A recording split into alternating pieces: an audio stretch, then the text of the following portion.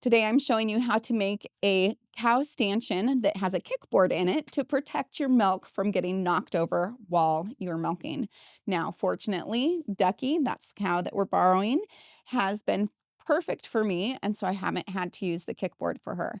But it is such a great design, and I'm going to include down below the video a link to the video that was my inspiration for this. The first thing I have to do is prep my area. Because there's a brick at the bottom of the building, I need to be able to work around that. So I needed to build out the wall just enough so that I can attach the stanchion to it. And I also needed to drop a post down that could be supportive for the center. Then I put up my vertical supports now that I had a spot to attach them to on my wall.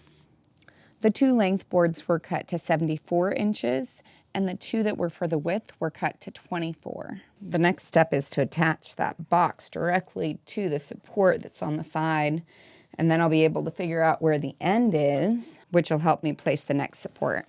The vertical supports on the inside were 96 inches to match up with that top board. But because of the slant of the roof, the other verticals were 92 inches. I attached the shorter ones to the roof. One of them I actually had to notch so that it would fit underneath that section of roofing, but the other one I could have right next to it. And in the front, I also needed a board that crossed over from my building to that side beam, and that one was 30.5 inches just to kind of maintain that same space that I have throughout.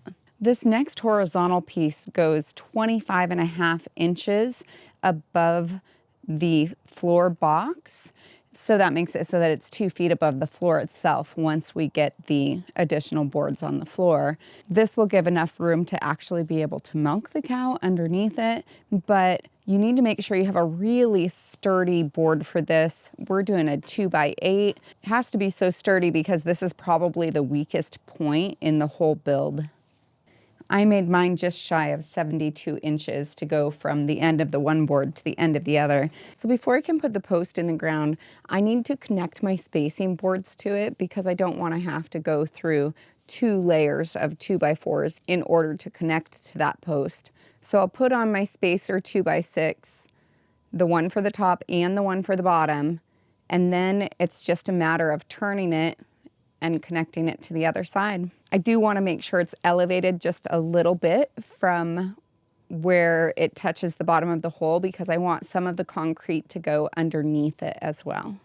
Now it's time to concrete it in. I'll do that using a dry method that I've used before where I just do water and the mix inside the hole. It's actually worked pretty well for me for this kind of project. I get it a little wet first and then start layering in some concrete.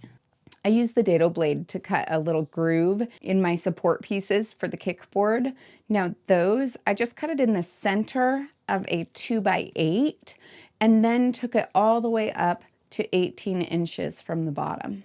Now mine are cut 2 different sizes because I have different kinds of boards that are on the wall next to the barn versus on the opposite side. So next to the barn, my board is 33 inches long, and on the opposite side, it's 36 inches long, making it so that they're flush with the board that's on top. I'll be placing these so that the board is 18 inches from the end of the base.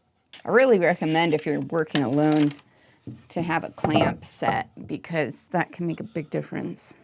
The cross piece that's in the front is a 2x6 that's been cut 30.5 inches long, and that's so that it'll go flush from the one vertical support to the next. This is the piece that the food bucket will rest on. I'm placing it 22 inches up from the base. I have a 27-inch spacer board to help with placement. Because these are reclaimed wood, they tend to torque and bend a little bit, so this will straighten it up. And then, of course, my hammer. We like to say that Jane Austen likes to get involved in every project. So this would be my persuasion. Which, if you're not a Jane Austen fan, you have no idea what I'm talking about. And now that lines up perfectly. Now I'll use my spacer board yet again. And this time I'll be putting it right up at the 32-inch mark from the top of this. And that should fit really nicely right in between them, especially since it was already well spaced down below. In fact, sometimes it's harder when it's not as snug because it wants to slip out. It doesn't have to be perfect on this far side at this point, just because I'm going to attach it to the outside piece first. The opposite side here won't be able to be attached just because of where it's at in relation to the building, but that's okay because I'll connect the piece that goes on the front to both this piece here and the spacer board. This is just to make it so that this opening isn't so big for the boards that will be in here. Now I'll put another 30 1/4" board right up on top. And I'll connect it to this far side first. And it's nice and flush on the spacer board. I'll connect it both to the spacer board and that vertical post that's on the far side here. I went ahead and cut these boards to 69 inches and placed them in here right now. I'm not actually attaching them at the base until later, but it would be too hard to get them in between these two boards if I waited until later. And I'll lock those in at the top using the 30 1/4" 2x6. Those will be placed 23 inches up from this side piece here. The measurements really help because they make it so that everything is, well, nice and straight and level as much as possible. I felt like there was just a little too much play in the center moving pieces here. So I decided to put one more 27-inch spacer board behind that front 2x6. This one I just did a 2x4, but you could do 2x4 or 2x6, your choice. I'd like to point out that because my wood is reclaimed, some of it is actually rough cut, so your measurements could be a little bit different because of that. I feel like that's a lot better. It's fairly tight in there, but still plenty of room for movement. So my boards are 1.5 inches wide, and my gap is 2 inches. Then I had to drill a 3/8 of an inch hole in 2 inches up from the end of my long 2x6s, the ones for locking, and halfway through the width of the board. Then I had to repeat that process on the baseboard, but I made the holes 2.5 inches up and 8 inches from the outside edge. And then I just used a carriage bolt to connect them. You have to make sure that you don't make it too tight, otherwise it won't have the movement that it needs. The locking board on top is a 2x10, and I cut a groove in there that's just 2 inches wide by 15 inches across, and that's where the vertical boards go that hold the cow's head in. I also cut all of my floorboards. I did those out of 2x6s and 2x10s. You could use 2x8s as well. The important thing is that you not have any of the gaps in between boards, because I guess that'll freak cows out from what I've heard. And I cut those to 27 inches long. Additionally, I put paving stones underneath my stanchion all around the edges because I just wanted to provide a little bit more support for this. We have really sandy soil here. I didn't want it shifting when the cow got on it. I also created a 24-inch spacer board just to help with placement. Sometimes those boards can move a little bit in the center especially. So then it was just a matter of connecting all of my floorboards with my screws. I used 3 inches for this entire project. I did sand down the edges of the floorboards as well as the locking board that goes on top.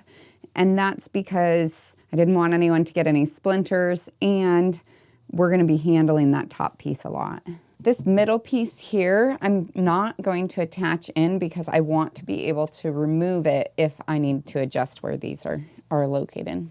And then I used Thompson's Weather Seal to treat the entire stanchion because I want it to last as long as possible. This one has a little bit of a red tint to it. That'll make all the boards match a little bit more since they're different boards that I've used. That can be a good thing. It's not really that important, but it's something I had on hand.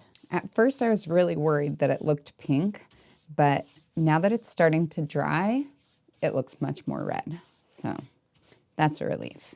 So far, I've had Ducky, that's our cow, for a week, and she has behaved beautifully. I actually haven't had to use the anti-kick board because she's been so great. But I did have to shift it back to match more where her back feet were. So you might have to adjust yours a little bit as well. What I did to make that easier is I left one of the floorboards unscrewed down so that I could pry it up to adjust where the screws were for that, especially since this may not be the only cow that we have on this stanchion in the future.